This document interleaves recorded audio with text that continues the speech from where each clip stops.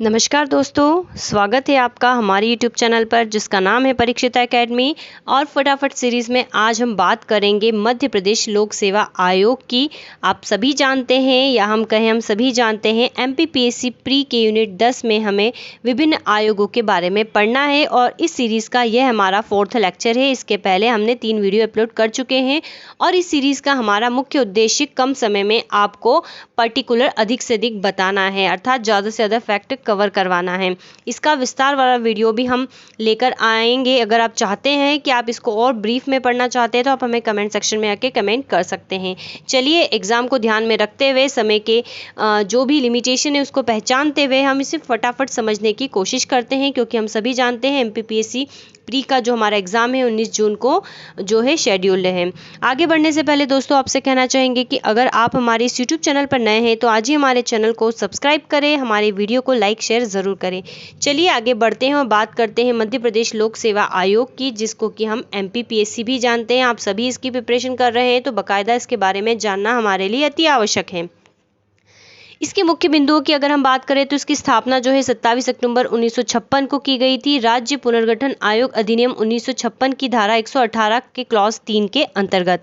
अब ये वाला जो क्वेश्चन है दोस्तों, जो लास्ट ईयर का एमपीपीएससी प्री का एग्ज़ाम था उसमें ये क्वेश्चन पूछा गया था, जिसमें 118 1 2 3 करके हमें विभिन्न ऑप्शंस दे रखे थे। तो ये भी अपने आप में काफ़ी इंपॉर्टेंट है। क्वेश्चन कब कहाँ से आ सकते हैं तो हमें सचेत रहना काफ़ी ज़रूरी है। चलिए आगे बढ़ते हैं, हेडक्वार्टर की बात करते हैं। तो इसका जो हेडक्वार्टर है इंदौर में है।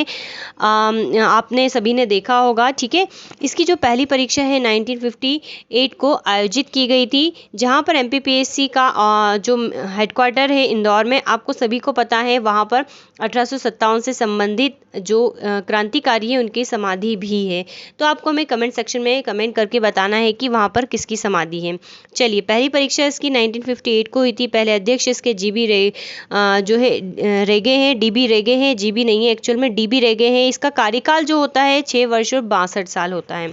हमने यूपीएससी के केस में देखा है 6 वर्ष और 65 साल है, और यहाँ पर जो है 6 वर्ष और 62 साल, जो भी पहले कंप्लीट हो। संरचना की बात करें तो मुख्य रूप से अध्यक्ष के सहित इसमें 7 सदस्यीय जो संख्या निर्धारित है। वर्तमान में इसमें 1+3 अर्थात एक अध्यक्ष और 3 सदस्य अर्थात 4 जो है कार्यरत है।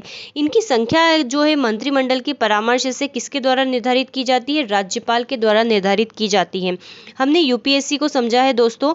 यूपीएससी में हमने ये सेम सिचुएशन में वहाँ पर राष्ट्रपति था और यहाँ पर हमें राज्यपाल याद रखना है। शैक्षणिक योग्यता की बात करें तो जनरली जो है इसकी शैक्षणिक योग्यता निर्धारित नहीं है, लेकिन फिर भी ऐसा जो है उपबंध है कि आधे सदस्यों को, अब 4 में से आधे सदस्य मतलब 2 ही हुए, आधे सदस्यों को भारत सरकार या राज्य सरकार के अधीन कम से कम 10 वर्ष काम करने का अनुभव होना चाहिए। सेवा शर्तें इसकी कौन निर्धारित करता है? तो राज्यपाल निर्धारित करता है। काफ़ी इंपॉर्टेंट है, जब हम विभिन्न आयोग पढ़ेंगे तो हमें काफ़ी कंफ्यूजन रहेगा, तो आपको ये याद रखना है। अब यूपीएससी वेतन भत्ते किसके ऊपर निर्भर होते हैं? तो राज्य की संचित निधि पर भारित होते हैं। अगर ये अपना पद छोड़ना चाहे, त्यागपत्र देना चाहे तो किसे देंगे? तो ये देंगे राज्यपाल को। अब यहाँ पर आता है टर्निंग पॉइंट, पद विमुक्ति को लेकर। पद विमुक्ति का अर्थात है का तात्पर्य है कि इन्हें पद से अगर हटाना हो तो कौन हटाएगा? तो वो राज्यपाल नहीं हटाएगा, वो हटाएगा भारत का राष्ट्रपति। अभी तक हम देख रहे हैं कि हर प्रकार के, चाहे वो सेवा शर्तों की बात हो, त्यागपत्र की बात हो, किसी भी प्रकार की बात हो, तो राज्यपाल जो है रिस्पोंडेंट है, लेकिन पद से विमुक्ति केवल राष्ट्रपति ही हटा सकता है। तो इतना पढ़ते पढ़ते हमें यहाँ पर ये पॉइंट याद रखना है, ठीक है। किसके समान? तो यूपीएससी के अध्यक्षों सदस्यों के समान, अर्थात जब वो दिवालिया हो जाए, अपने पदावधि में अन्य जगह वेतन वृद्धि में लगा हो, मानसिक या शारीरिक अक्षमता हो, या कदाचार के आधार पर। तो ये पैमाने हैं जो जनरली यूपीएससी में भी थे और राष्ट्रपति इसको हटा सकता है। इसके एक सबसे इम्पॉर्टेंट चीज़ है, अब इसको यहाँ पर ध्यान से समझना, कि इस पद पर रहने के बाद ये अन्य जगह पुनः नियुक्ति का जो है नियोजन का पात्र नहीं होगा, ठीक है। इसका तात्पर्य ये हुआ कि जो मध्य प्रदेश लोक सेवा आयोग का अध्यक्ष है वो पुनः इस पे जो है अपॉइंट नहीं हो सकता, लेकिन वो जो अध्यक्ष है, जो प्रेसिडेंट है, वो यूपीएससी के अध्यक्ष या फिर यूपीएससी के सदस्य में जो है अपॉइंट हो सकता है। इसी प्रकार से जो एमपीपीएससी के सदस्य होते हैं वो पुनः सदस्य निर्वाचित नहीं होंगे, अर्थात वो एमपीपीएससी का अध्यक्ष बन सकता है, वो यूपीएससी में अध्यक्ष या सदस्य बन सकता है। तो ये इसकी कुछ स्पेशल जो थे इसके बिंदु थे।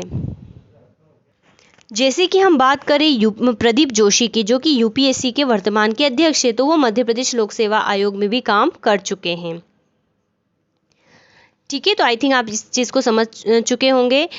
तो इसको जनरली जो अपॉइंट करते हैं जो राज्यपाल, हमें पता है राज्यपाल करते हैं, लेकिन इसको एक बार अपॉइंट करने के बाद इसके पद में किसी भी प्रकार का अलाभकारी परिवर्तन नहीं किया जा सकता है। और इसके जो प्रमुख कार्य वो अनुच्छेद 320 में वर्णित है। हम यहाँ पर कार्यों की चर्चा नहीं करेंगे क्योंकि हमको फटाफट देखना है, जो कि नॉर्मल है, आप सब जानते हैं। चलिए, तो और इसके अलावा यहाँ पर एक और स्पेशल चीज़ है, कार्यवाहक अध्यक्ष की भी यहाँ पर रूपरेखा यूपीएससी के समान तय है, जो कि राज्यपाल द्वारा नियुक्त होता है। कब? कार्यवाहक अध्यक्ष, जब अध्यक्ष का पद रिक्त हो और अध्यक्ष अपना कार्य जो है नहीं कर पा रहा, अनुपस्थिति या अन्य कारणों से, तो तब राज्यपाल जो है कार्यवाहक अध्यक्ष को अपॉइंट कर सकता है। तो दोस्तों, हमारे इस टॉपिक में हमने जो है एमपीपीएससी के विभिन्न मुद्दों की चर्चा की है। ठीक है, आपको इसके कार्य को अगर और अच्छे से समझना है तो आप हमें कमेंट सेक्शन में आके कमेंट कर सकते हैं। तो अभी तो हमारी ये फटाफट सीरीज़ है, जिसमें हमने लगभग सारी चीज़ें आपको 6 मिनट के अंदर कवर करवाई है, अर्थात आप ये 6 मिनट का वीडियो देख लेते हैं तो बहुत हद तक जो है आपको आई थिंक काफ़ी मदद मिलने वाली है, क्योंकि फटाफट सीरीज़ है। आप फिर से कहेंगे कि आप और डीप में पढ़ना चाहते हैं तो आप हमें बता सकते हैं, तो हम इसका ब्रीफ वीडियो भी लेकर आएंगे। तो आपको लगातार हमारे चैनल पे बने रहना है, हमारे चैनल को सब्सक्राइब करना, वीडियो को लाइक और शेयर ज़रूर करना है। आगे हम नेक्स्ट वीडियो लेकर आएंगे। Thanks for watching and have a nice day.